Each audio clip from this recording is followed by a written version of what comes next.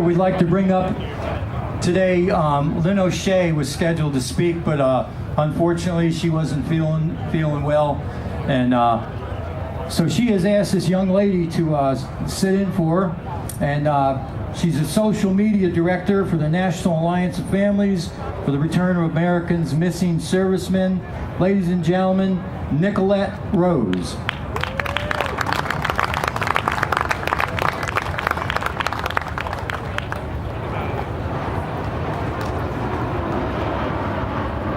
Shorter than everybody else, I think.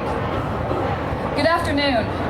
Since Rolling Thunder last year, a lot has happened in the POW-MIA issue, and a lot has stayed the same, unfortunately. Last year around this time, the nation and the world witnessed the release of Bo Bergdahl. There were many happy citizens, and there were many people, for a variety of reasons, who were upset. The exchange for Bergdahl's release was unprecedented. It raised many questions, which seemed to catch some of our, but it does not mean we will stop asking for the return of other Americans unaccounted for. In fact, many people don't realize that we have unaccounted for American civilians right now missing in Iraq and Afghanistan.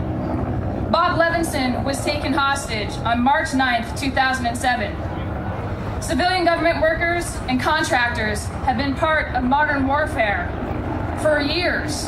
We can't forget them. In fact, former Vietnam-era POW Larry Stark was a civilian when he was taken, and thankfully he is here with us today.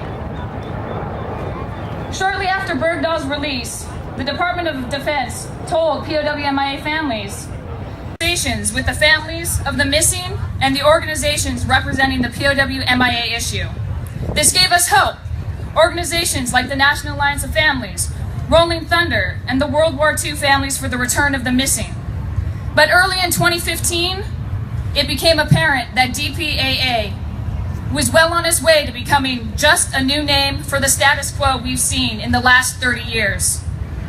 Slowly but surely, each one of the family organizations was kicked out of the conversations. So now, here we are, a year later, after hearing that we were going to be having meetings, being part of the conversation. And we're not. An article in the Stars and Stripes goes into more depth than I would like to go into today.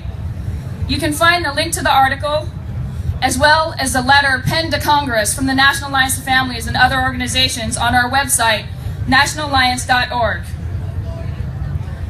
I also don't want to leave you here with doom and gloom. This week, an announcement came from the University of Wisconsin-Madison that gives me hope. They announced that they will be putting their expertise in history, archaeology, and the forensic sciences to help in the recovery effort of our missing Americans. The new MIA Recovery and Identification Project is the first of its kind. UW-Madison has already proven their expertise in identifying a missing serviceman. The remains of a World War II PFC Lawrence Gordon. PFC Gordon's remains had been mistakenly buried in a German cemetery. UW-Madison took only 2 years reviewing records, working with the German and French governments, and running forensic testing to identify PFC Gordon's remains and have them returned to his family. 2 years. My family waited well over 40. With over 83,000 Americans unaccounted for since World War I, the expertise and the help from UW-Madison is welcomed by myself and many other families. We hope it will be welcomed by the U.S. government and the new DPAA as well. We are here today not only to call policymakers and government officials and DPAA to action. We are here to inspire others, like those at the University of Madison. We're here to inspire those we've served with. We are here to support our POW-MIAs who can't speak for themselves, for their families, and for our brothers and sisters in arms.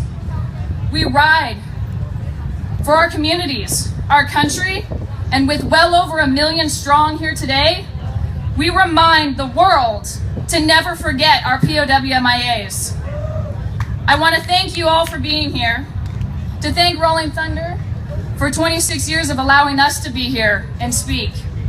I also want to thank the Alliance's current directors, Ann Holland and my mom, Janella Rose, our head of research, Lynn O'Shea, all of whom were not able to be here today, but bring their warm wishes and thanks to everyone here.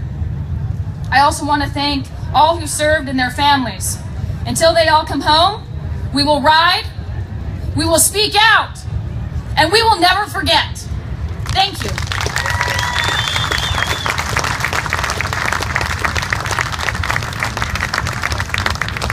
Powerful stuff, huh?